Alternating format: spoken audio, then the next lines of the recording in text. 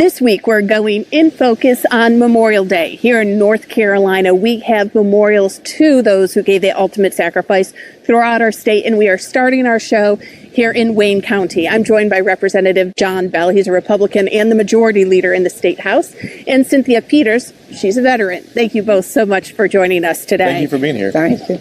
As I said, Wayne County Veterans Memorial Park was dedicated in 2011. It honors those who gave the ultimate sacrifice in World Wars I, II, Vietnam, and Korea. Representative Bell, as we pause and remember this Memorial Day, all of these names that we see on this wall and around the state, how important is it here in North Carolina to have these types of remembrances? Well, we're from a military community, and I wouldn't be surprised during this interview if you don't hear an F-15 fly overhead.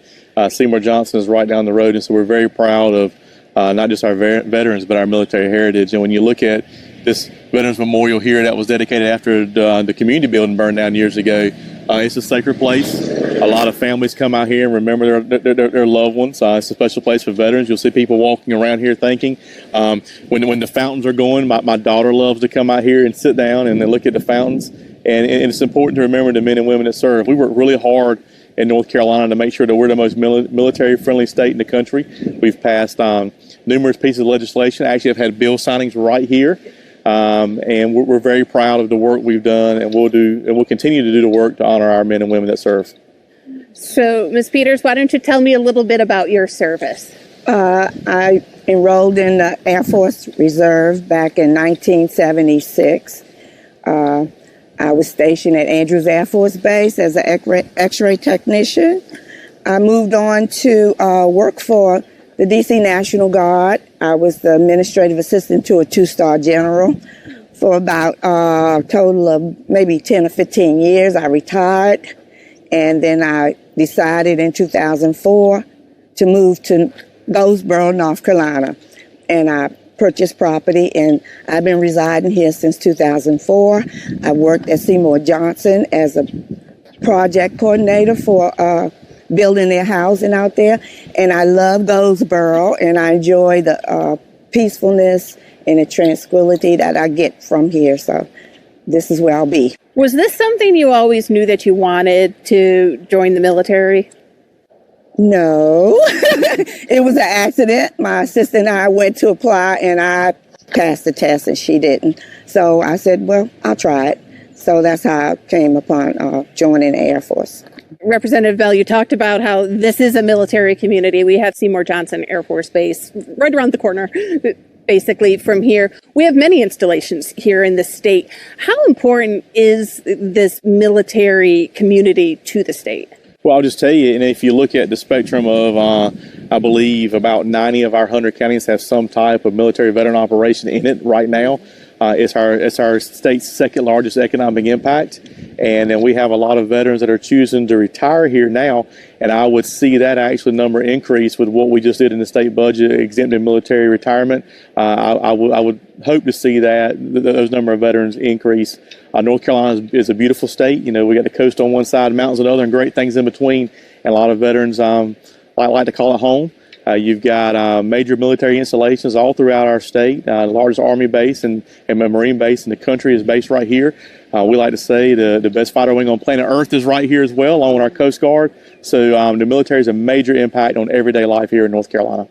As a veteran yourself, when we're coming up on Memorial Day, you see all these names on the wall, and you know that these are your brothers and sisters that had also decided to join. What do you think when you're looking at those names?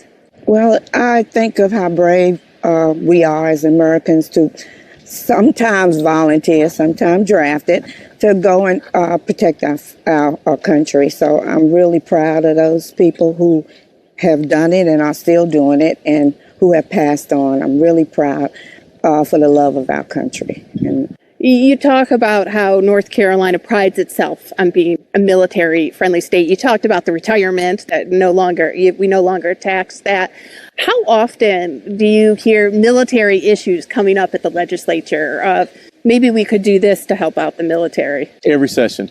When you look at from the time I walked into the building, one of the first bills I I stepped up to the plate and jumped on with Senator Harry Brown and others was about the wind turbines that were encroaching military operations. So from 2013 when I walked in the door to even just last week, about looking at some issues that we're dealing with licensures to make it easier for military spouses to come in and when they're deployed here, when they move into a location, to be able to get them jobs and move forward. So it's an everyday, every week issue.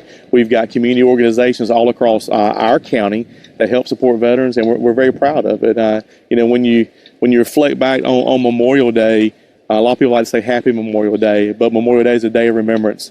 A lot of people have the weekend off. It's a big beach weekend, but we really need to sit down and take time to think about the sacrifices that were made so we can enjoy the freedoms that we have today. So Memorial Day is a day of remembrance.